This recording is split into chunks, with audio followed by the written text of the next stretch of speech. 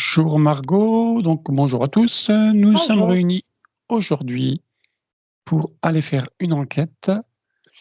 Donc Margot est déjà en état modifié de conscience et le sujet du jour que l'on va aller observer aujourd'hui est la sylviothérapie. Quelle information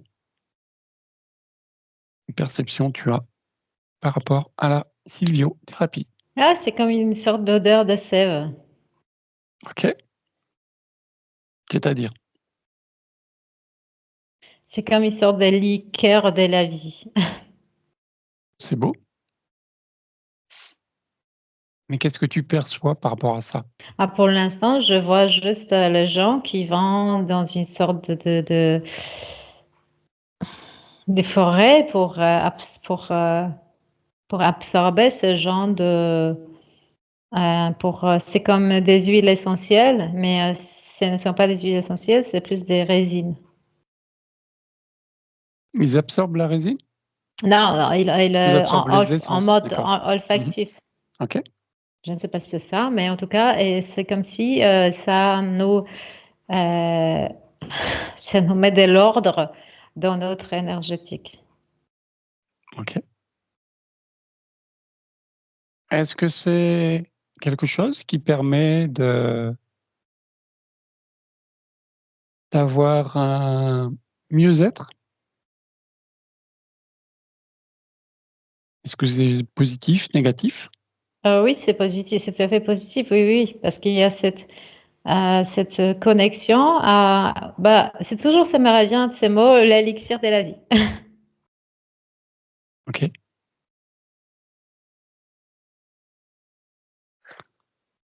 Est-ce que tu veux en savoir plus?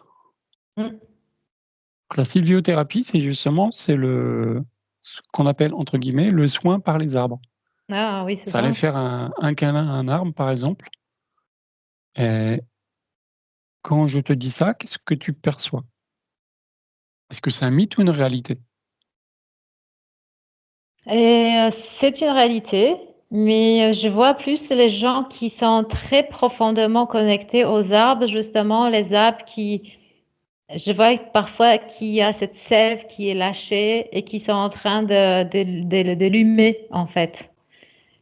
Et comme j'ai senti que c'était une sorte d'élixir de vie, Mmh. ça comme ça repositionne, si quelqu'un était dans un stress ou autre chose, ça le repositionne en quelque sorte sur une autre fréquence, sur une fréquence beaucoup plus harmonieuse, sur l'harmonie parce que les arbres ont une énergie très harmonieuse, donc ça les harmonise. OK. Est-ce que toutes les personnes sont capables de faire de la sylviothérapie? Je vois que oui, mais je vois que par exemple les arbres de haute montagne, ils sont plus purs, ils sont dans une énergie beaucoup plus purifiée. Et si tu t'immerges là-bas pour, disons, 3 jours, ça va être beaucoup plus puissant que si tu vas te promener 1 heure avec ton chien dans le parc et tu embrasses un arbre. Ça va avoir un impact, mais pas aussi puissant que si tu vas vivre, par exemple, dans une tente dans les hautes montagnes pendant 3 jours. D'accord. Qu'est-ce que peut apporter la sylviothérapie? Je vois un homme, par exemple, qui justement est parti dans les hautes montagnes, là où dans la forêt, et avec sa tente, avec son thermos, des choses basiques. Mmh. Et, euh, et ça, c'est comme si ça le plongeait dans l'essentiel, dans l'essence de lui, dans l'essentiel. C'est comme si ça le dépouillait de tout ce qui est, de tout ce qui n'est pas nécessaire finalement. C'est comme si ça le connectait à l'essence. OK. Si maintenant je te dis, tu observes une personne qui est au pied d'un arbre et je je voudrais que tu observes les Mm. auras, ce qui se passe,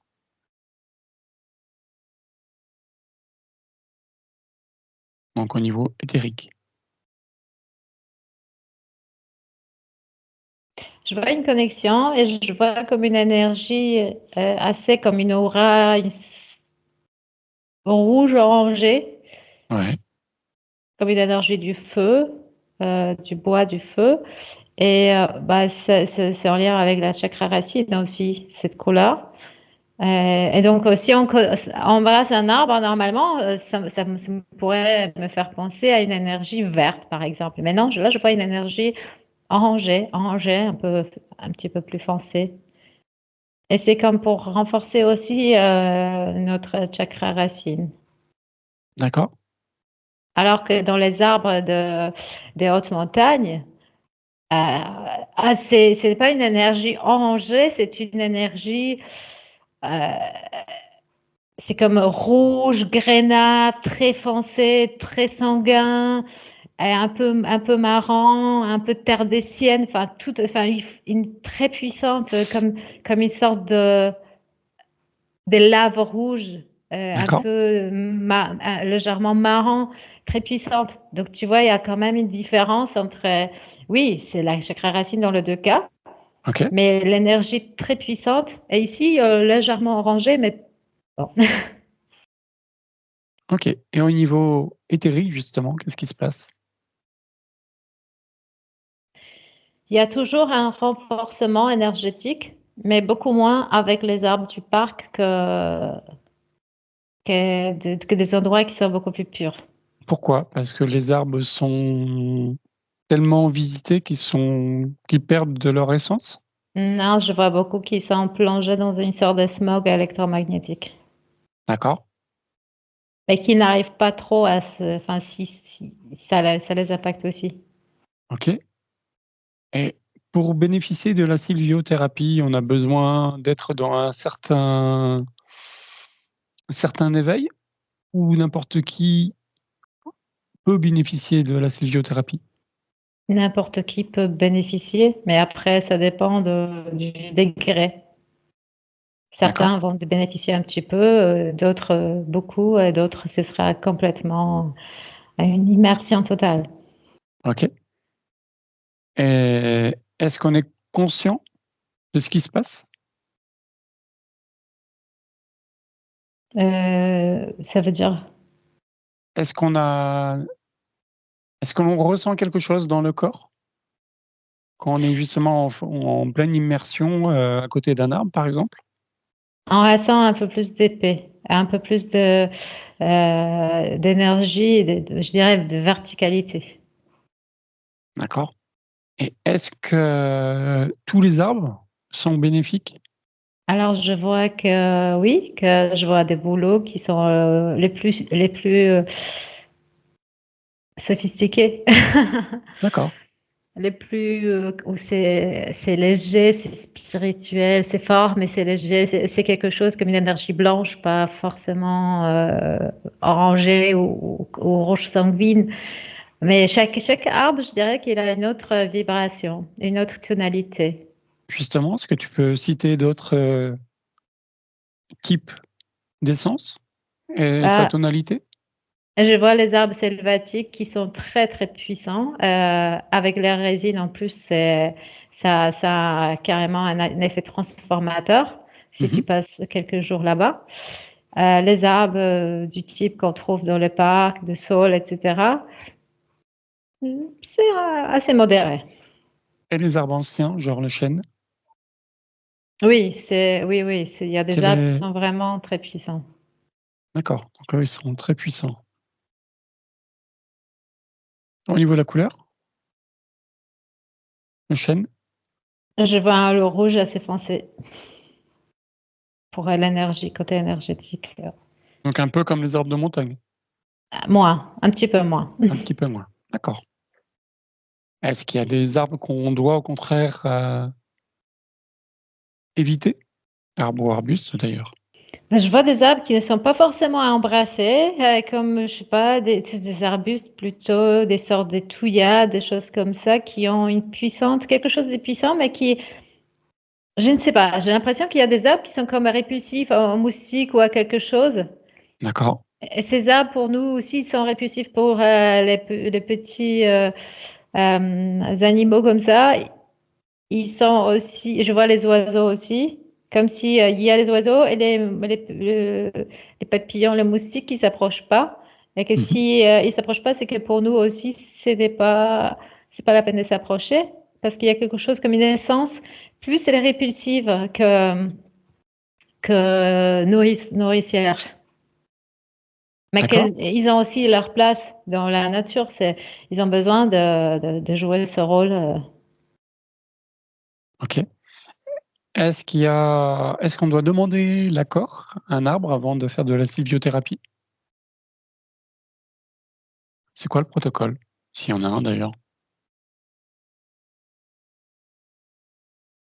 Je vois quelqu'un qui se met face à un arbre et Ouais. qui comme essaye de rentrer en communication avec lui et qui s'approche peu à peu. D'accord. Qui se jette pas comme ça en courant sur un arbre, mais qui s'approche comme s'il s'approchait à une personne peu connue. OK. Et est-ce qu'un arbre peut refuser? Bon, il va pas se mettre à se sauver, mais Je ne vois pas d'arbre qui refuse, mais je vois un homme disons dans un état secondaire, qui est un peu saoul, qui revient d'une fête et qui voudrait comme ça, un peu c'est un peu par hasard qui s'accroche comme ça à un arbre en rentrant ouais, chez lui et je vois comme une dissonance. Mais cet d'accord, arbre, il va quand même le soutenir, lui transmettre quelque chose, mais il y a une grande dissonance entre leur d'accord. énergétique. Donc il va bien transmettre, mais avec parcimonie, on va dire.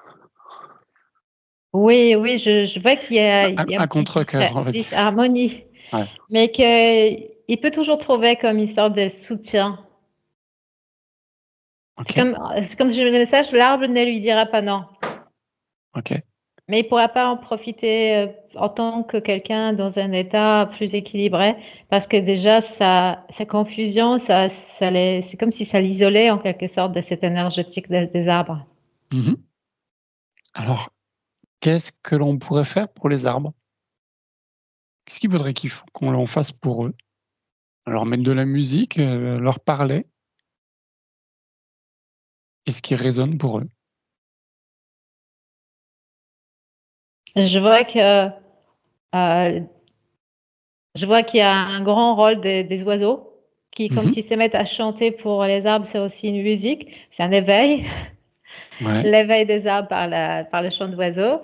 On peut leur passer aussi, alors je vois que la nature a ses droits et si par exemple, normalement les oiseaux chantent au printemps et si tu passes aux arbres les chants d'oiseaux en hiver, ils vont pas ouais, comprendre parce que c'est d'accord, comme si tu vas leur dire: «Oh c'est bon, c'est le printemps, on peut se réveiller», alors que c'est d'accord, pas du tout le cas.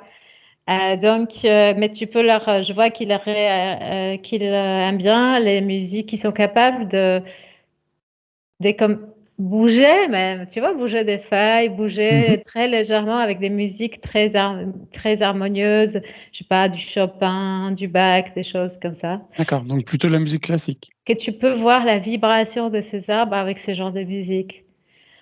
Mais c'est microscopique, mais tu peux comme si tu as les moyens pour mettre en place, pour tester, tu pourras te rendre compte qu'ils ont changé de fréquence pendant cette musique, pendant qu'ils écoutaient. OK. Est-ce qu'il y a un autre conseil que tu pourrais donner? Mais c'est comme si pour les arbres, ce serait mieux de sortir un peu plus, d'être protégés plus de ces smogs électromagnétiques.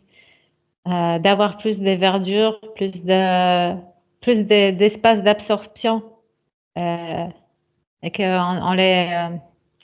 on les prive beaucoup et on les dépouille et ça les fragilise. OK. Autre chose à ajouter sur ce sujet? Ah, c'est comme si les arbres, ça leur, plairait que si on replantait.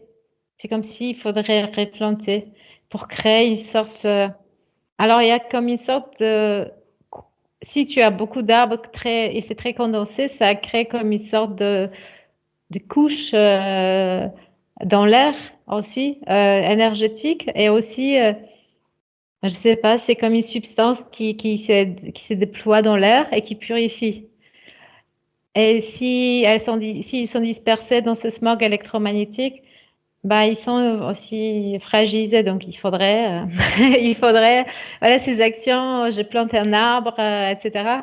Ça pourrait être intéressant et utile.